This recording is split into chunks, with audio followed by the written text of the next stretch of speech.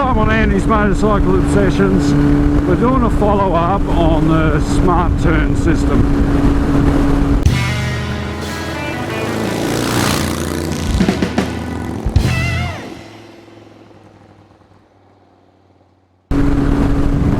So some time ago I fitted a safe turn system, smart turn system, from saferturn.com, and somebody popped a random question in a comment on a totally unrelated video, just asking if I was still happy with it, and you know, could I do a follow-up. And that's probably a bloody good idea, because there were a couple of issues. Now, the original unit that I was sent, that I received, would appear to have been faulty. Right, it just it worked for a little bit, but then it just sort of would stop. And the one good thing I will say is that saferturn.com were very helpful, and you know, they suggested a few different things that I'd try, and and in the end I just pretty well gave up on the thing. I disconnected it and bypassed it. Then I decided that wasn't good enough, and I spoke to them again, and they quite happily sent me out a replacement unit. Now that has been working fine, no issue. So I guess on one hand I did receive a faulty unit, on the other hand it was replaced without question. I mean, they just obviously wanted me to try a few different things, and I guess, you know, like if you got a business like that, you're dealing with a lot of different people, and they don't know your level of capability in terms of fitting. Like, they're very simple to fit. I made it a bit harder than it needed to be, but they are very simple to fit, and but by the same token, there's guys out there that really shouldn't be playing with that kind of thing. That being said, we did end up with a... Mate, can you please keep that car on the friggin' road? Get on the road! Yeah, that being said, we did end up with a result, which was good. Now, the only other problem I've had with it, and it's not actually the safe turns or smart turn system, it's not an issue with it per se. The issue I've got is my controller. So they provide you with these little foam spongy things that are probably the simplest and easiest solution to turn a latched switch into a momentary switch.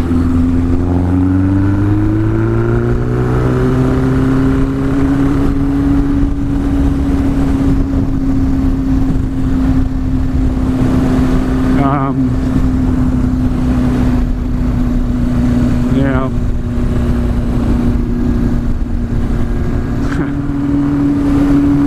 there is one shortcoming, and it is the fact that it sometimes doesn't cancel if you're only doing a very small movement on the bike.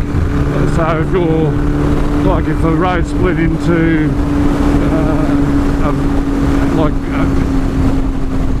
a Y intersection or something, where you're just sort of maintaining a steady lean or a steady almost straight up and down corner, it sometimes doesn't cancel, and it'll time out, but it takes quite a while to time out, and my issue with that is that, you know, you can Tony, see you, mate, it could easily become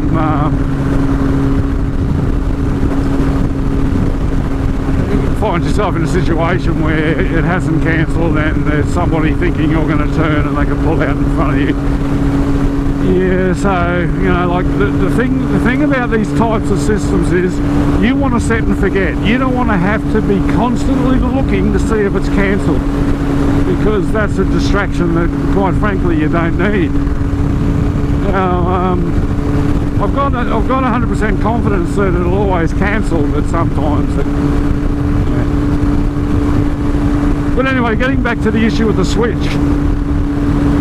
The issue with the switch is that these are essentially a Chinesium copy of the original Z1 Kawasaki switches, and they're quite flimsy.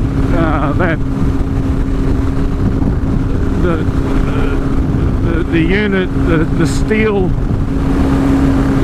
piece that actually operates the switch is made out of some sort of Chinese muck metal, and it bends. So I was having trouble with it bending, and I was also, it doesn't engage very well in the plastic sliding switch, so I was having trouble with it wanting to bend and climb out of the switch. So in order to get around that, what I've done is I have removed the sponges. So now I just turn it on and off, you know, as a momentary, rather than relying on it to return to centre. Now, that's also kind of defeats the purpose. You just want to be able to go bang and forget it. And essentially, if I had a more robust switch and the foams worked on it, then I know that, you know, that would be the case. Now, another mate of mine bought one, basically saw it on my channel and he bought it, and he is a friend of mine.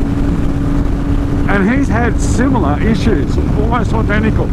So he had trouble at first with the unit failing, and I don't think he's done any follow-up. I did advise him to do so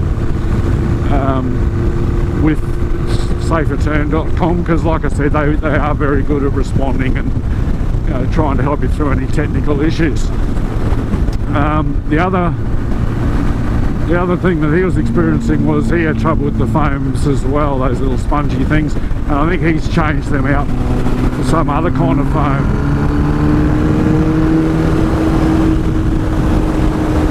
So yeah, so they're not without issue in terms of being, you know, user friendly, and you've got to remember though that they are trying to make one-size-fits-all components that home users are going to bolt to their bikes, so it's going to be fraught with bloody issues. But as I said, if you email them, they have been very, very good at following up on those emails. Now,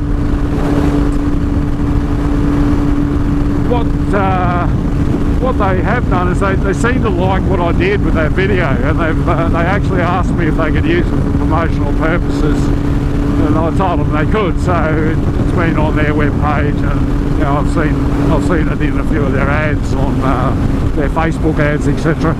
So what they did was offer me an opportunity to let you guys save some money. So they provided me with a unique code, and the unique code is listed in the description, and if you click on that you will receive a discount.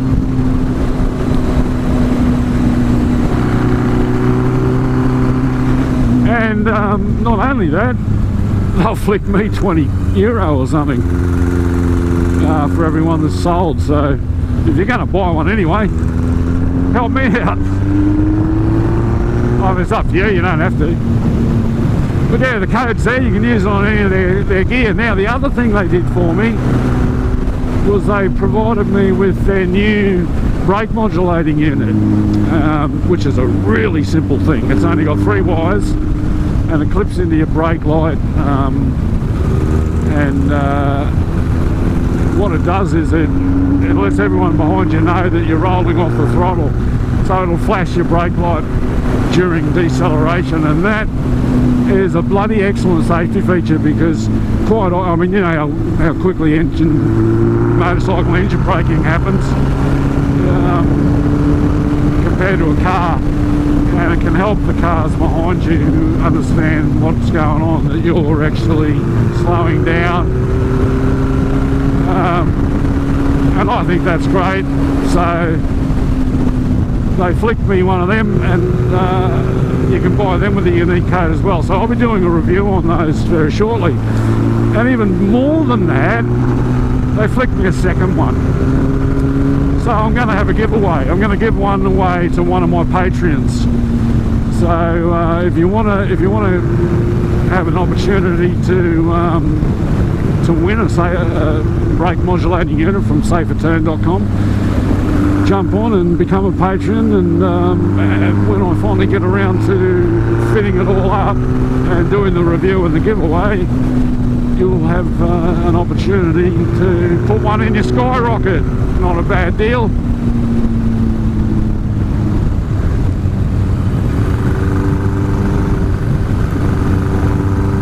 Alright, so probably enough waffle.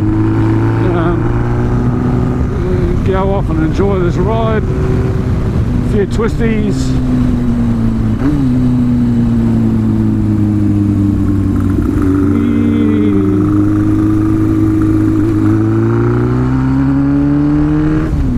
Thanks for watching. Don't forget to like, subscribe and comment, and I'll catch you next time on Andy's Motorcycle Obsessions. Bye for now.